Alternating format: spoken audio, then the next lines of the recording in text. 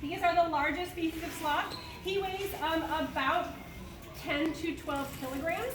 The some are around 22 to 25 pounds, depending on how recently he's gone to the bathroom. They actually store quite a bit in there and add a decent amount to their weight. But I would say around 22 pounds is his average weight. So pretty big guy. He looks a lot bigger than he actually is though. He's very long, shaggy fur. You can kind of see how long it is. His actual body is way in here underneath. So the fur is about this long. And if anyone wants to see what it feels like. Yeah, absolutely. Melissa's going to bring around a pelt so you guys can feel exactly what the hair feels like. So all mammals are covered in hair, and all mammals are the only animals that have true hair. It's one of the things that unites us as a group of animals. So some of it's fur, some of it's hair. It's very minor structural differences, but it's all the same thing. It's made out of keratin protein, and we are the only group of animals that has true hair. Some animals have maybe like some whisker-like bristly appendages or things sticking out of them, but it's not actually what you would consider hair. So that's one of the things that unites us as mammals. Also the ability to nurse and produce milk to feed our young. Those are the two big things that make us a group of animals. It's not live birth, because the platypus and the echidna kind of mess it up for the rest of the mammals, right? We can't say that. And also lots of other, actually reptiles oftentimes have live birth. And everything else you can think of that might unite us as mammals, being warm-blooded. Well, the naked mole rat's actually cold-blooded. So there's a lot of exceptions to the rule. So those two things are really the big main things that unite us as a big group of animals. So he does have hair, and the hair is pretty long. And what do you think he uses that really long hair for? Warm? Maybe, but where does he live? Like Central and South America, right? It's pretty hot where he's at. Thank you, Mimi. I appreciate it. I think I'm good for now, but I'll think. So these guys live in Central and South America. It's pretty hot and humid in their environment, so they don't actually need to stay that warm. And he actually has no undercoat, which means that really thick, kind of really fluffy layer underneath that you might think of if you have like a nice fluffy dog, right? It's got those layer hairs on the top, and there's that nice soft dense undercoat on the bottom. He does not have that. Do you smell the food?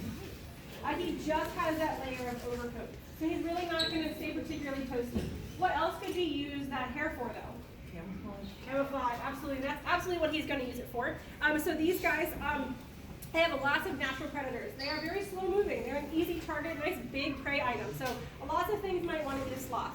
Think about jaguars, harpy eagles, large snakes, smaller cats, things like jaguarundi or ocelots. Lots of different things that would be interested in eating a sloth, especially a smaller species of sloth or a younger sloth. He's a pretty formidable meal in his current adult male size. But they need to be able to keep themselves safe. Camouflage is the name of the game. That is what sloths are going to do for the most part to keep themselves safe.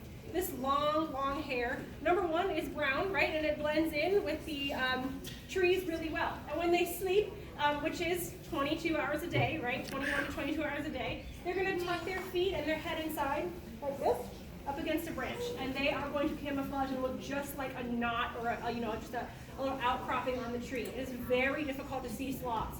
Has anyone ever been fortunate enough to see sloths in the wild? I've been to Central and South America. It's pretty difficult. I know I was in Peru, our tour guide was like, there's a sloth. And I was like, what?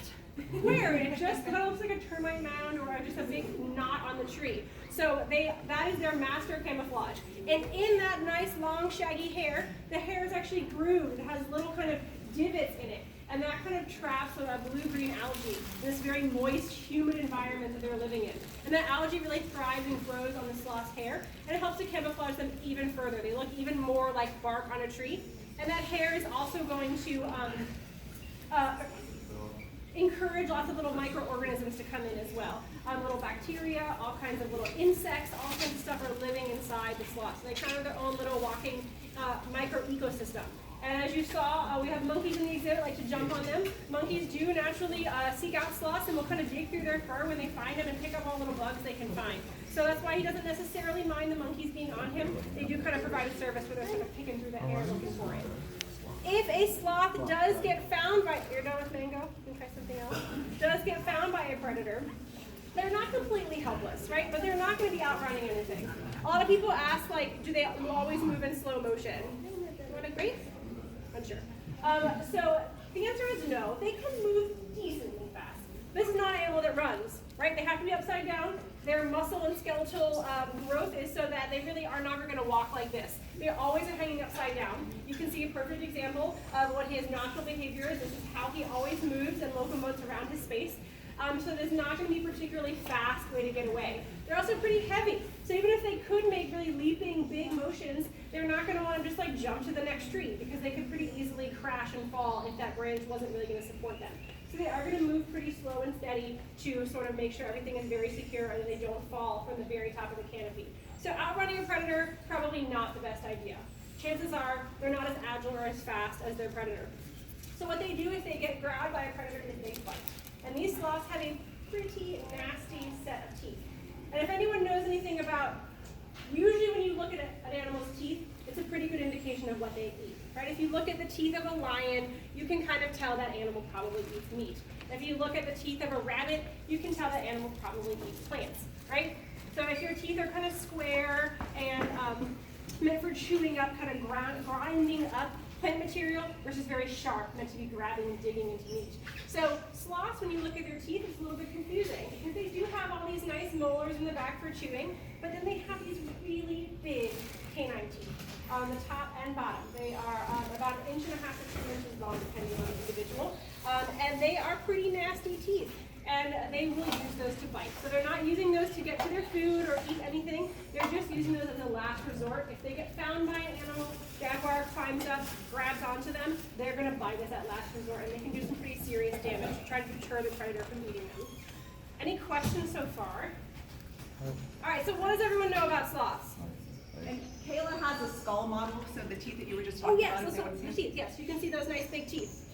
So sloths are slow, right? That's the first thing that everybody knows about them, is they're very, very slow. Does anybody know why they're slow? I know some people were hearing me talk about it earlier. Raise your hands. I've talked enough today. Why? Why do you think they're slow? Because